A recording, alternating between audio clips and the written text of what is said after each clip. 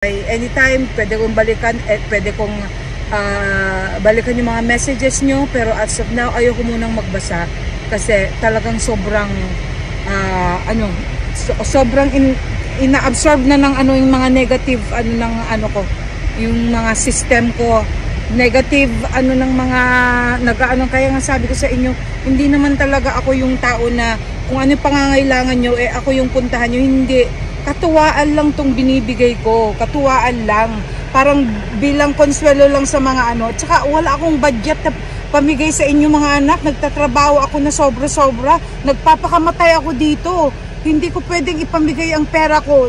I mean, I'm just being honest, okay? I've just been very, very honest, okay? Hindi ko na pwedeng ipamigay, kasi lalo na ngayon, tingnan mo, nagkagastos na ako anong pangangailangan ko din. Okay, meron din akong family din, mga apo na obligasyon ko rin, okay? Kaya kung inaasahan nyo sa akin lahat, yung mga wag muna, kasi masakit na yung ulo ko, stress na yung masyado, nakukuha ko na lang yung mga problema ninyo, na-absorb na ng system ko. Kaya please lang, please maawa naman kayo sa akin bago ako tuloy mamatay katulad ni Stanley.